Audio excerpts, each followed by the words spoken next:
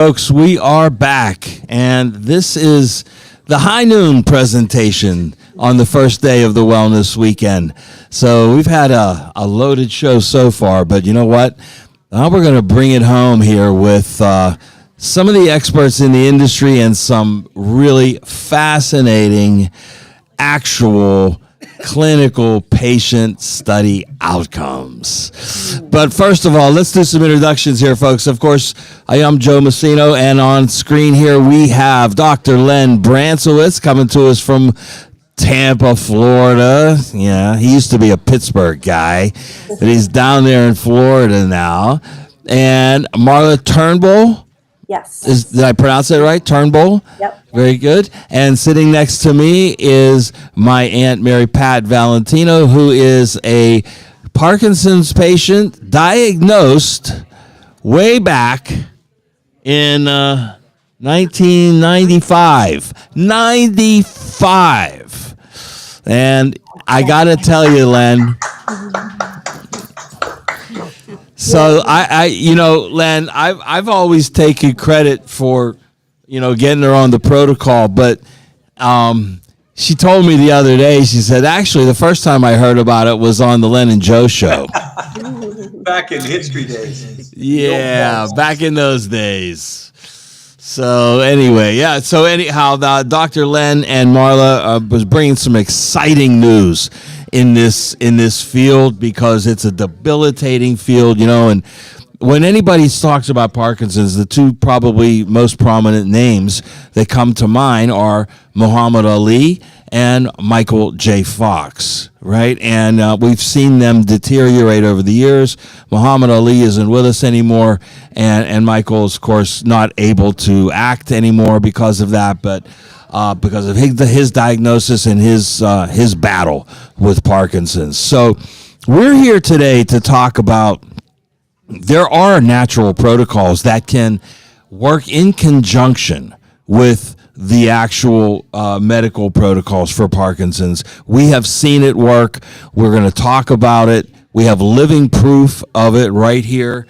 And we want to give, we're here today mainly to give hope, right, Len, that there are options. Marla, there are options out there. You don't have to have this diagnosis be as debilitating as it can be for a lot of people. So, Len, why don't you give us a little background? Yeah, a little background. I wrote a paper a while ago, and I did an entire presentation called How Do You Transition a Practice from Allopathy, which is traditional medicine, to naturopathy? And this is a prime example of that. We're gonna share, and I want to make sure the listeners don't get, well, this doesn't affect me, so I'm not going to think about this. Parkinson's is now affecting at a rate of 68% over the last 10 years. 68% increase in cases. Now, the real debilitating part of that is that Parkinson's has been known for quite a while. Michael J. Fox is a prime example. Your aunt is a prime example. But what's changed in the last 5 years is a 45% increased rate of death from Parkinson's. That is the part that is highly, highly problematic, is that if we rely on what the medicine field has for this entirely, and that's it, the odds ratio of you making it through this is rather thin. And I'm going to I want to spend about 10 to 15 minutes to go through some of the basics from a traditional medical standpoint.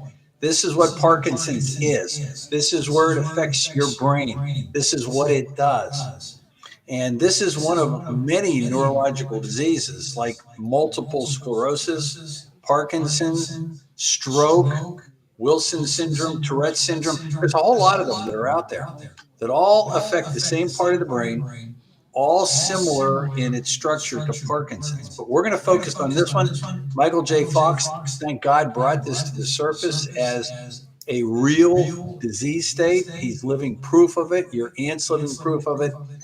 But we're going to go through and introduce Marla, after I go through the traditional side of this, to give us the more naturopathic approach and how she's organizing this through a number of different case studies in order to get a published study where we can actually publish something, get something out there to show the rest of the world that there are protocols that everyone here has worked on that are highly effective and very good to introduce into a patient's base. If you talk to the general neurologist that's out there, they scoff at you. You know, we're going to give you a medication, and that's it. And they actually sometimes will encourage their patients not to take anything else. So if we understand what this is, and then we can look at some of the natural therapies and really show some of the successes that have been done this way, I think that's a great takeaway for everybody that's listening. Well, I think it's obvious that, this is a debilitating thing for most people, and we've seen it over and over and over. But the fact that there are these options, this is the key. We want to give people hope.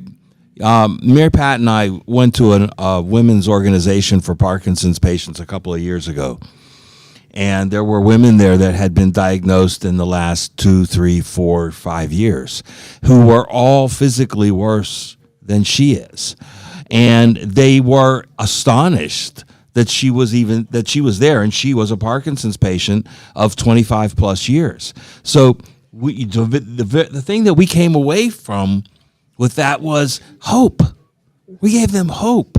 There are things you can do. And this protocol that we're going to talk about that was originated by Dr. David Perlmutter out of Florida, decades ago, we've improved upon it, we've modified it, but it's still the same basic protocol, and it works. And we've had testimonials on our website about it, videos about it, and now we're here live and in person. So you want to start on this on your PowerPoint, Len? Yeah, let me just say one other thing. Let me give a thumbs up to Marla, to everybody at Nutritional Frontiers. When you look at this kind of work that's being done, this isn't just a couple guys sitting in a room somewhere developing a multivitamin. There is research being done with the crew at Nutritional Frontiers to come up with something that is this cutting edge technology, I'm going to say, that have developed preps that are highly, highly effective and can be utilized for these things. That's much more than just a generic vitamin company. This is a company that is really on fire for helping to make the world healthy. Bottom line. Yeah, let's go. I'm going to go through this really quick. If anybody wants more information on this, they can contact me or Joe, and we'll make sure that we get these slides to you. But I just want to go through some of the basics of Parkinson's. And again, talking about allopathy to naturopathy to a blend. That's what we're going to talk about. So next slide. I like to say, if you're going to look at something like Parkinson's, the first thing we have to find out is where. We ask the question, where? Where is it? Now, this is a blow up of the brain, and we're looking at an area called the basal ganglia. This is a part of the brain, and we'll see it on the next slide. This is a part of the brain that controls signals from the center white matter of the brain for voluntary motion. So think about this, that when you decide to raise your right arm to go lift a cup of coffee, that's a voluntary motion that goes through this nerve conduction. You want to get down. Now, the other part of this, which is where the problem arises in Parkinson's, this is also what stops unwanted movement. And in Parkinson's, when we have a deficiency of dopamine being produced in this part of the brain, the brain loses tabs with what is the capability to suppress unwanted movement. So you start getting this jerky motion. The next slide.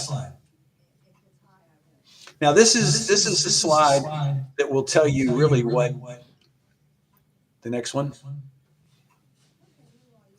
What are the 4 features that doctors use to decide if somebody has Parkinson's? Number 1 is bradykinesia, which is slow, small movements, sort of a shuffling. Second is a tremor, usually resting. It's pin rolling, often involves the thumb. So you'll see people just rolling their fingers like that. Rigidity, not spasticity, rigidity, which means at various times we just get very stiff. And then postural change, imbalance, falls, stooped over, flexed posture. They almost use this concept that if you've ever seen a pigeon move, and they bring their head back and forth, A pigeon takes one step forward, looks down on the ground, makes sure it's safe, puts his head back, takes another step forward, which is why his head keeps going like that. In Parkinson's, we get the same thing. We get this fear of movement because I'm going to fall, and the brain is sensing a lack of balance. So we start to stoop forward as time goes on. Next slide. Differential, and I'm not going to bore us with this, but this is what neurologists do. They say there's a lot of different kinds. One is idiopathic. You just got the genes for it.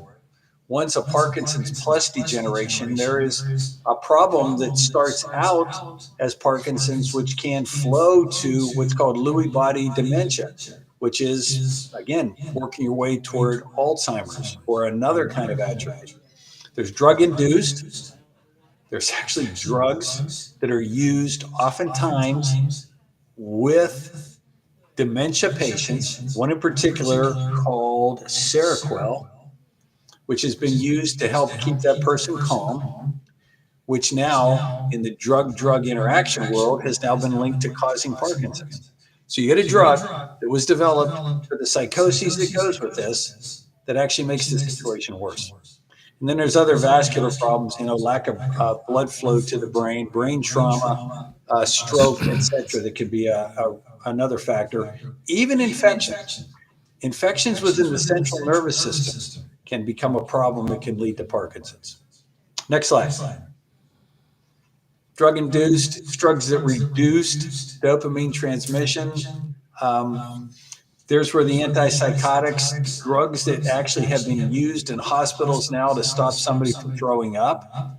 Risperidone, some of the more common, haloperidol. These are all drugs that have been used for decades with the elderly to calm them down. Now been linked to exaggerating and pushing one toward Parkinson's. And again, management says, look at the last line. Management says reduce or discontinue those drugs. It can take months to resolve.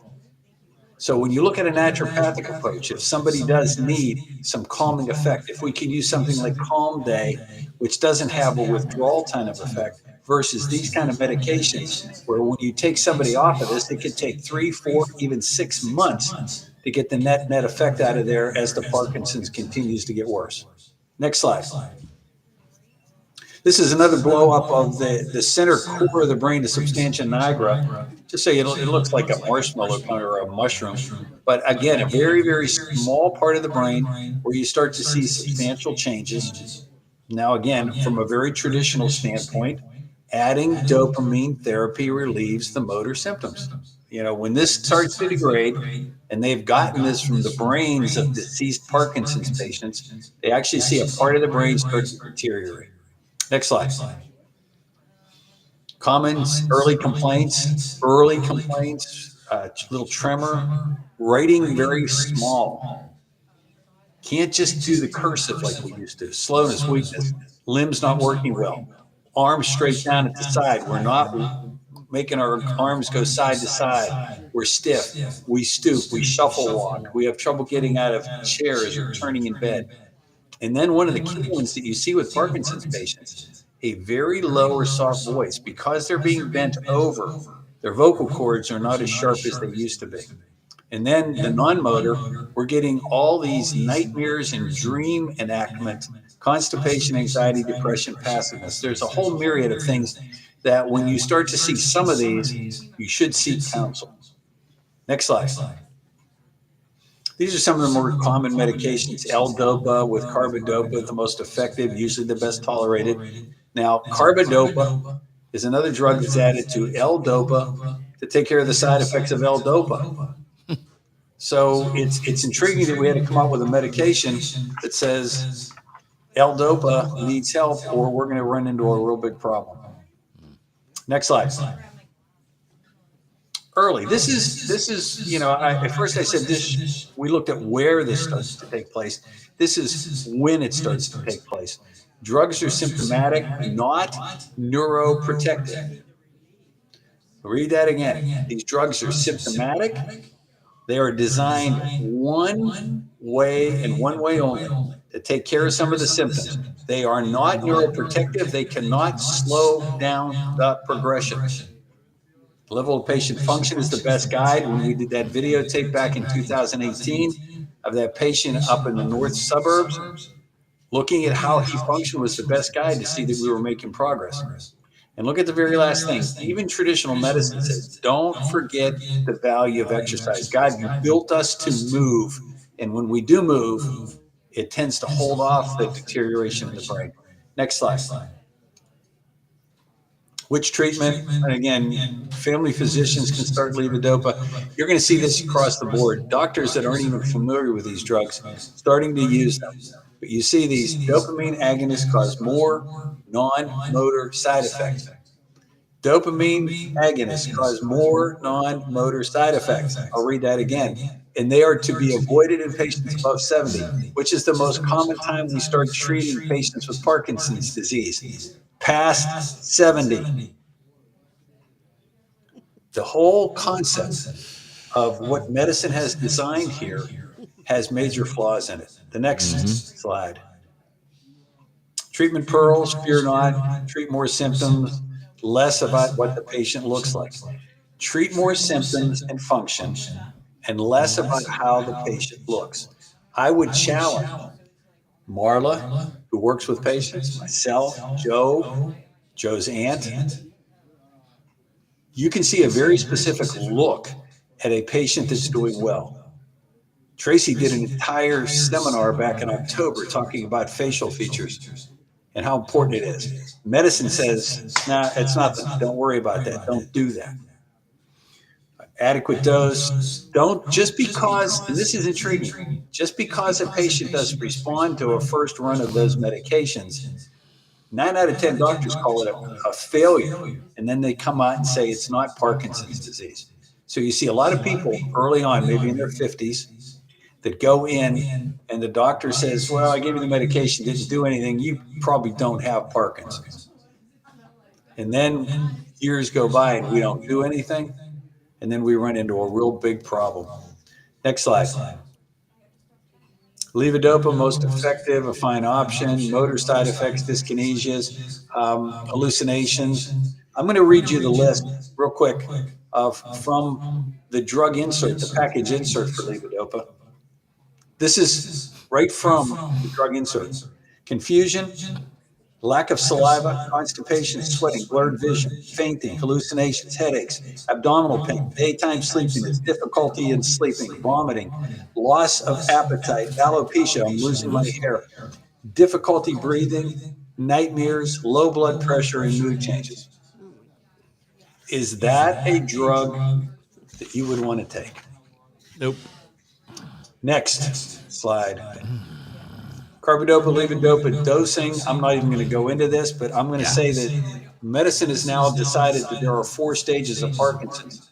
The early stage is stages 1 and 2, and then a switch up to stage 3, and then a switch up to stage 4, which is the most advanced cases, which is really now medicine is trying to decide in those advanced cases, they're developing a pump to slowly put this medication into the system on a regular basis. The problem we're having here is that to go from stage 1 to stage 4 typically happens over a 2-year period of time. So whether I'm on medications or not, if I'm truly being diagnosed with Parkinson's, I've got about a 2-year window, or I'm going to make my way to stage 4, which is beyond any of the medications to work. Next 2 slide. years. 2 2 years. years. You got a 2-year time frame. I'm not going to go into these. These are just some other classes of drugs called dopamine agonists. We don't need to go into all those. You notice the last line in this: caution in older or demented patients, causes more hallucinations and confusion. Next slide. Mid to late, a tricky business. This is managing anything past the age of 70 gets to be very difficult, or when somebody's in stage 4. Next slide. We're going to tell them how old you are? Yeah. Okay. We're going to definitely spend some time on here. The motor complications, fluctuations, medication wears off before the next dose. The half-life of these drugs varies from person to person, but most times it's about 4 hours. So I give you a dose in the morning, give you a dose at supper time. By time the middle of the night takes place, you're out of medication. By time noon takes place, you're out of medication.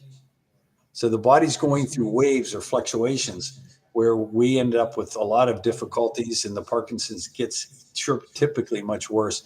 And then you see the line 3 here, need larger and more frequent medication dose or combination of drugs. So this is when we start adding more and more and more and getting more and more side effects. Next slide.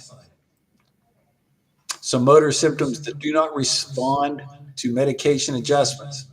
These are some of the biggies, folks. These are the ones that don't respond to their medications at all. Postural instability and falls. And when we looked at the videotape of that fella up in the northern suburbs back in 2018, we challenged him and put him on a bicycle and said the odds ratio of a Parkinson's patient falling is pretty great here. And as he got better, he was able to ride that bicycle more and more and more. So we got postural stability. Freezing of gait, we watched him walk better. Fatigue, we saw more energy in him. And you're still going to get a little bit of tremor, but for the most part, that tremor starts to calm itself down. Next slide. Based on this last slide, it says there's a whole myriad of things that do not work. A more concentrated naturopathic approach to deal with the symptoms not responding to meds or other therapies. Look at the freezing, fatigue, and tremor issues. And then, Joe, if you can just tell everybody, if they haven't seen that video, where can they go to see that video? Yeah, that video is just on our website. It's on nutritionalfrontiers.com. You can go to the top where it has education and click down onto testimonials. If you just go to that page, you'll find it very easy. And it's amazing, this video, to show the difference. From not being able to walk down a hallway to riding a bicycle. It was amazing. It is. Next slide, please. Non-motor symptoms. These are ones that are not related just to the tremors. Psychiatric, depression, and anxiety, the most common. And again, medicine says of all those drugs, SSRIs, selective serotonin reuptake inhibitors, the Lexapro, the antidepressants, are the only ones that are even moderately effective here. And that's just moderately. Every other psychiatric medication exaggerates the Parkinson's. So medicine has yet to develop something to take care of this. This is where you get a more naturopathic approach. Autonomic, blood pressure, genitourinary, GI. If you saw the last presentation, Dr. Maribelle talks often about urinary tract strength. GI, we're talking about GI complete and using preps like that to support the gastrointestinal system. Sleep, REM behavior disorders, insomnia, hypersomnia, sleep apnea. The power of sleep time to be able to be utilized in these kind of scenarios. The fatigue. I've started using adrenal glandulars with my Parkinson's patients as well, because if we support the adrenal glands, we get a better flow of support throughout the course of the day. And then from a cognitive psychosis dementia side, this is where the DMG, Joe, comes in. Just give us a little thumbnail on dimethylglycine and how the importance of that is in that NR-CoQ10. Well, that was one of the big modifications that we made to the original protocol. The original protocol from Dr. Perlmutter, the foundation was 1,200 milligrams of CoQ10 daily. Okay, 1,200 milligrams. But back then, you could only get that sometimes in a 30 or 50 milligram capsule. And then eventually it went into 100 milligrams. But even that would be 12 a day. Look, if you were trying to take 1,200 milligrams of CoQ10 in a 50 milligram capsule. It's a lot of capsules to have to take. Mm-hmm. So one of the big modifications that we made was, number one, putting it into a chewable tablet, increasing the CoQ10 to 300 milligrams, but adding dimethylglycine at 300 milligrams as well into the same chewable tablet. Now, why did we do that? Dimethylglycine, in its, in addition to it being an adaptogen, an immune system adaptogen, in addition to it being a master methylator, to completing the methylation chain to the production of glutathione, which, by the way, was part of Dr. Perlmutter's original protocol, was glutathione. And back then, it wasn't available as a very good dietary supplement, so they were either injecting or using creams. And I think you did at one point, right? So the glutathione production that you're going to get increased by the DMG is going to have an effect. But then, above all that, it's the only nutrient, this tiny little amino acid dipeptide that's all natural, has that a unique ability to increase oxygen utilization at the cellular level. So you want to increase oxygen. Of course, the brain, if it doesn't get oxygen, what happens? We know what happens. But not only that, when you increase the oxygen utilization, you increase the uptake of the nutrients into the bloodstream. And so we just took that CoQ10 and just supercharged it with dimethylglycine. So that 1,200 milligrams could be, you could consider that even to be doubled at that point because of the absorption. And it's a chewable. So it is a chewable that becomes water miscible through the saliva. So that way it's not even going through the digestive system. It's getting directly into the bloodstream. That's what turned this protocol into a powerhouse, was the addition of DMG into that chewable tablet. Amen to that. Let's go to the next slide. Why non-motor symptoms? Why are we looking at this? Now, I'm bringing this up for one particular reason. I want you to look at the second dot, the second line. Joe, they called me the gut guy. Yeah, they do. Here's traditional medicine said the earliest involvement is where? In the gut nerve plexus. The direct correlation between the communication between the gut and the brain. This is the point where the fuse is lit.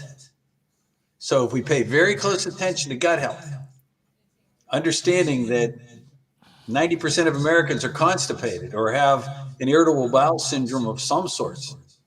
If we have somebody that's moving in this way with some irregular motions that are just flicking around, look at the gut health first. Start there using GI Complete and IgG. Get the gut in the proper methodology so that we can actually help the body make more serotonin so we can take care of some of the psychiatric or depressive symptoms also.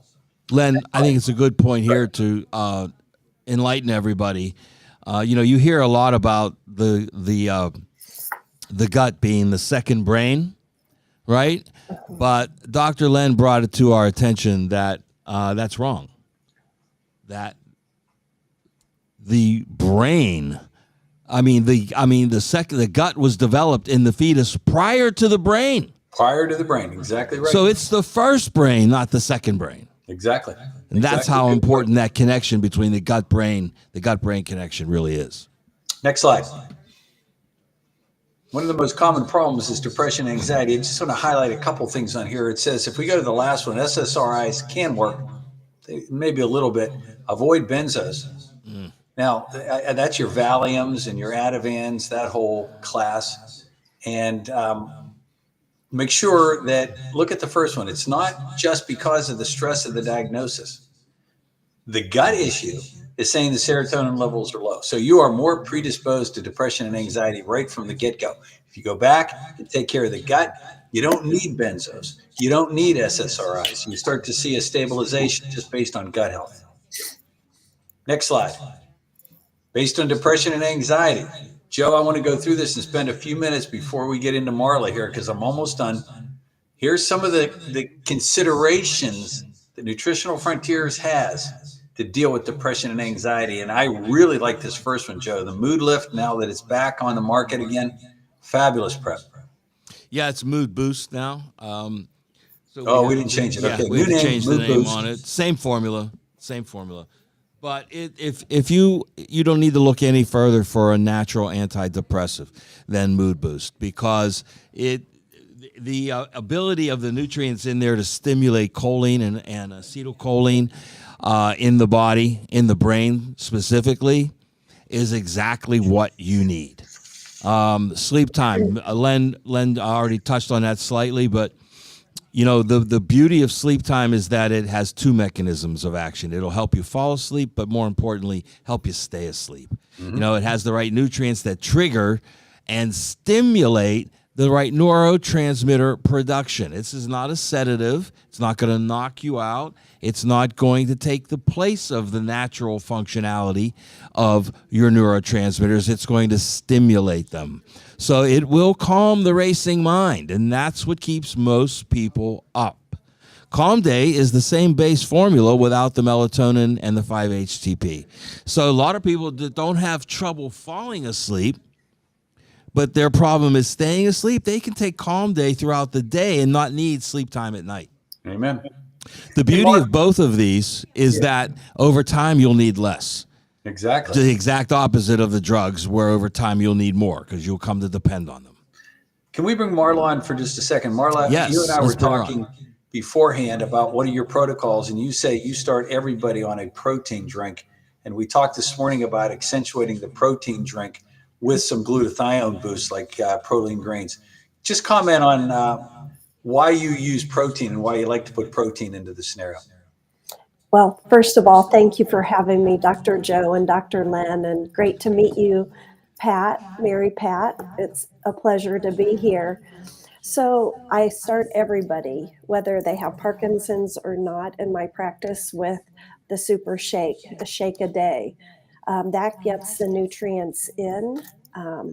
They're bioavailable. They're absorbed into on the cellular level. They're in the body. It goes to work quick. A lot of older patients, especially Parkinson's, have trouble swallowing.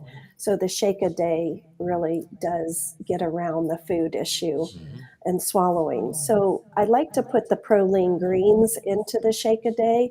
That does have the glutathione. It has high fiber. It has the spirulina, chlorella to detoxify the body, because every single patient I work with, we drive down to find hope. Like you said, Dr. Joe, hope is the key to getting them through each day. So finding out where they could have possibly developed or picked up this Parkinson's, almost 98% are because of environmental toxins that they've grown up with. In fact, this area, Western Pennsylvania, is the Parkinson's belt, is what they call. And so it's important to drive down into their past, where their toxins are coming from, and start to detoxify the body. And then we provide the nutrients through the shake to really stabilize the body. Very, very key. If I do that alone, I see a 50% increase in positive symptoms and a decrease in those tremors, motor symptoms that we talked about. You got to repeat that. Yeah, you got to repeat that. Oh, I just want to bring up one thing here, if I could. A report, it's in the process right now, coming out of China, okay? Because we've all seen the videos of the pollution over there and how you can't even see the air every morning. That they're saying now that close to 90% of the total the billions of people that live in China have a pre-Parkinson's disposition going because of the heavy metals and the things that are in the air there that everyone in that country is breathing. So this report is coming out saying, if you ever thought that heavy metals didn't play a role and pollution didn't play a role here in Parkinson's, you're seeing a whole country be affected by it. Well, and the pollution is in so many different factors. It's, air, chemical, food, it's everywhere. These additions. I mean, we were talking earlier, and I know we haven't really mentioned the Michael J. Fox Foundation or anything yet, but I mean, I don't know what caused his Parkinson's, but we do know that aspartame is a big culprit. It's a neurotoxin, and he was never without a can of Diet Coke in his hand his whole career. He was a spokesperson for them, and he was drinking it constantly. Did that cause it? I don't know. He was also, his father, I believe, was a wheat farmer in Canada. And he was exposed to a lot of pesticides and fertilizers while he was growing up. So there was a lot of exposures that he could have been exposed to. But anyway, Marla, you said that you're seeing a 50% At least, yeah, at least at least. improvement just by the shake a day. Oh, absolutely. And that Incredible. sometimes for the three months that I work with the patients, I see that pretty quickly. And 3 of the patients in this cohort were diagnosed with type 2 diabetes. We've now reversed that. They no longer have diabetes. And using the Nutritional Frontiers supplements was the biggest game changer in my practice and seeing the best results. We've moved the And needle amazingly. your rep is Mike Gallagher, right? Exactly. Yeah, there it Yeah. is. There it is. The goat himself. He's coming up next at 1:00. Okay. So yeah, he's coming up next at 1:00. Can we get into the Michael J. Fox concept? Yes, please. I was going to say, Marla, can you just tell us how this came about and what you see moving ahead, moving into the future, Yes. a role that we all can play, as well as the studies that you're being developed? So the studies, this is the 3rd year with the studies. And what really got me going with, I've had co-led grant through the National Parkinson Foundation for the first 2 years. Then I found that I needed more hands-on time with the patients. I was at a conference with the top neurologist in Pittsburgh, and he'll tell you he sees half of Pittsburgh. He challenged me and said, Marla, I have not heard anything on nutrition since 2012 with the Mediterranean diet. You have to get your studies published. And I said, well, how do you do that? I'm not a doctor. I don't know how to do that. He said, get them published and I'll read them.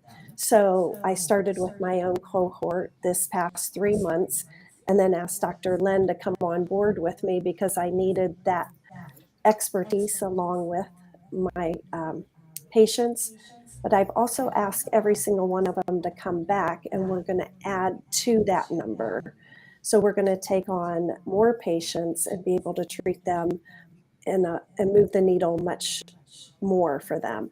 So I started with my own cohort, and then the Michael J. Fox Foundation reached out to me and said, hey, we're coming to Pittsburgh.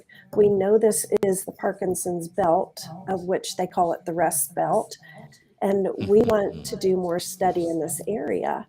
So they met with me and decided to work together. And I thought, wow, not only did this study is going to help the top neurologist, but it's going to help the Michael J. Fox Foundation. And I told Dr. Len, I said, how amazing if we could help Michael J. Fox himself. So they'll be coming back in the spring and we'll do more of a deep dive into what the future looks like. But the fact is, we want to help as many Parkinson's patients as we can and really, really give them a better quality of life and hope for the future. Marla, can I just ask you a question too? Again, as a practitioner to a practitioner, we're talking in here, and Joe, I'm going to have Joe go over the protocol that's actually on those slides on that video from back in 2018. We're fine tuning it and we're adding to it, but on that original, is this something you feel a Parkinson's or somebody that may think they have Parkinson's should attempt on their own, or should they seek counsel and have assistance in taking those next step forward? I think having assistance, because I look at everybody's, don't single them out, but I look at all their symptoms, treat them individually, not as a big unit.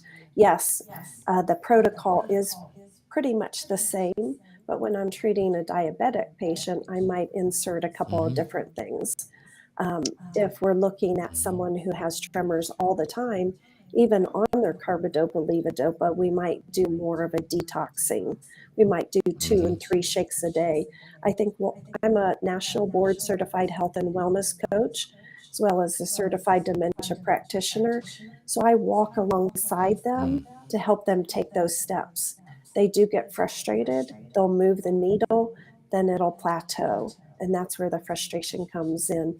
So having someone to walk them through, and even the top doctor in Pittsburgh and all of his staff walk alongside of them the way I can, because we start out every 2 weeks and we look at them and make the changes. And then by the time we get to the end of the 3 months, we'll do once a month, once every 3 weeks. But it's really, really important to have someone that understands them and can look at them individually to treat them individually. And compare that to the slides that I just presented.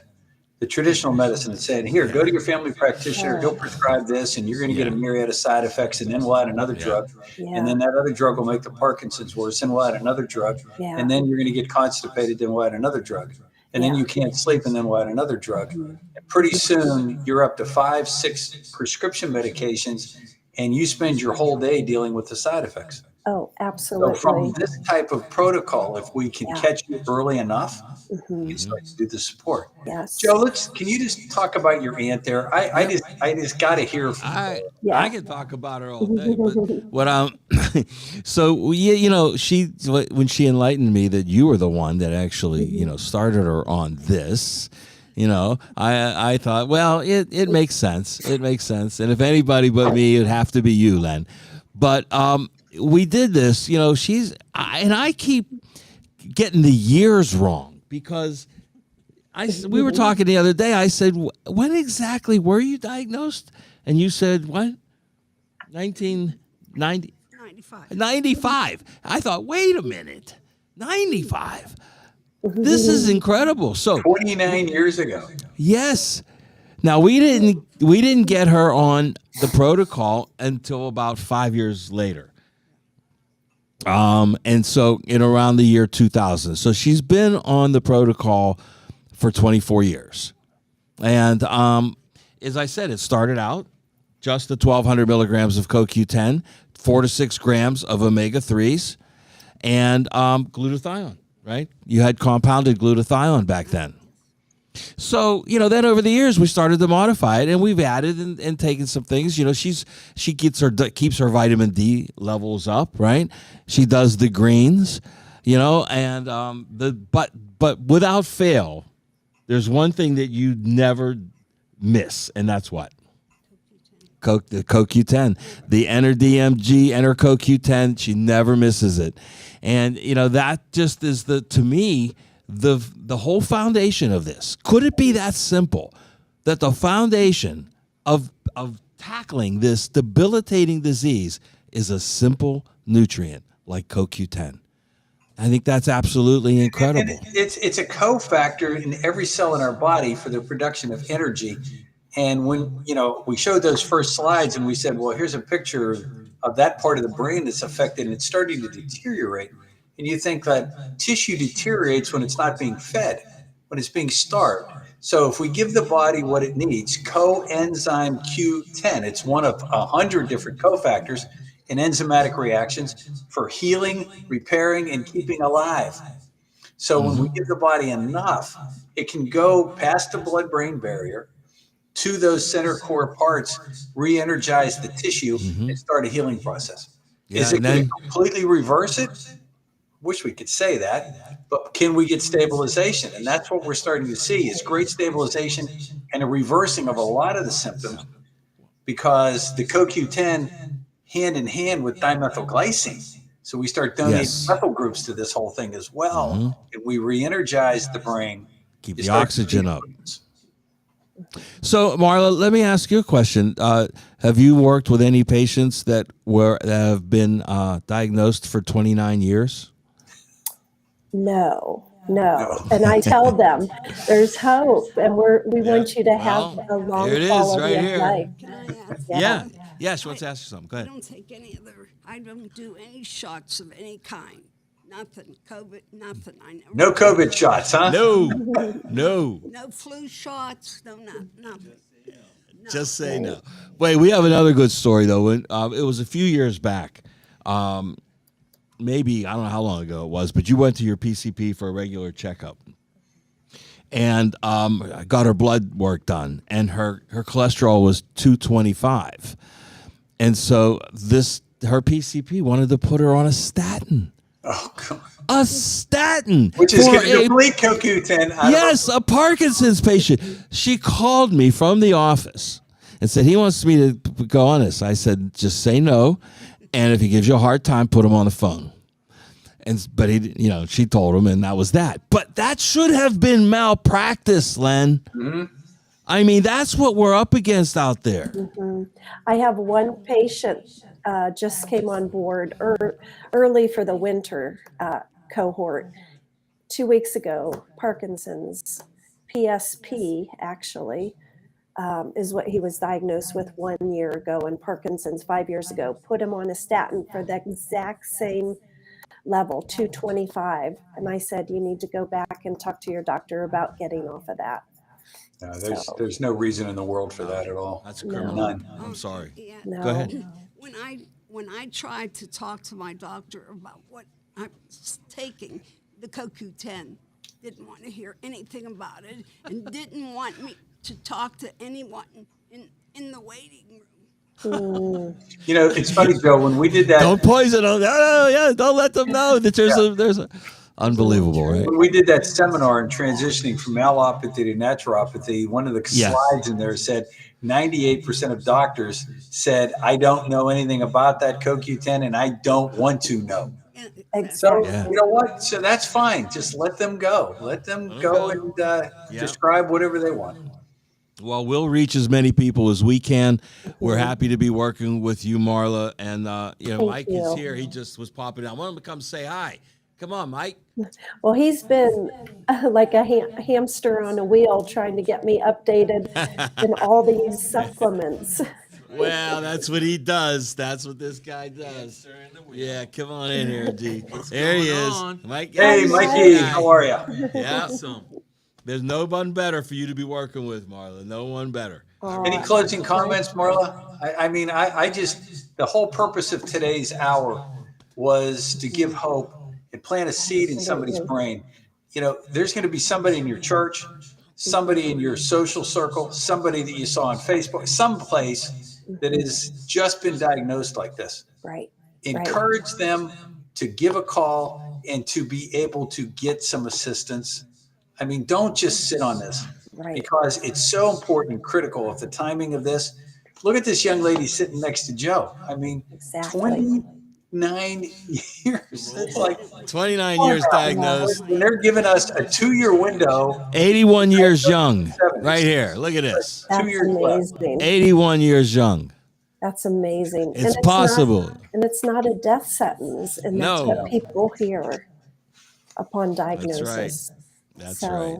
Great. Well, thank you guys so much for being on. Thank you. That was really good. And I got to say, great. People got to go back and listen to that again because there's a ton of information you just got, a ton. Mm-hmm. Yeah, and they say a picture's worth 1,000 words, where a video's worth even more. So, this will be streaming on our YouTube and Facebook channels. They'll be there forever. So spread the word, guys. Thank you so much. Thank you. Marla, good seeing you. Good to Len, see you guys. Good seeing you. Always a pleasure. Always a All right, pleasure. guys. We'll talk. Thanks. Mike Gallagher's up next, everybody.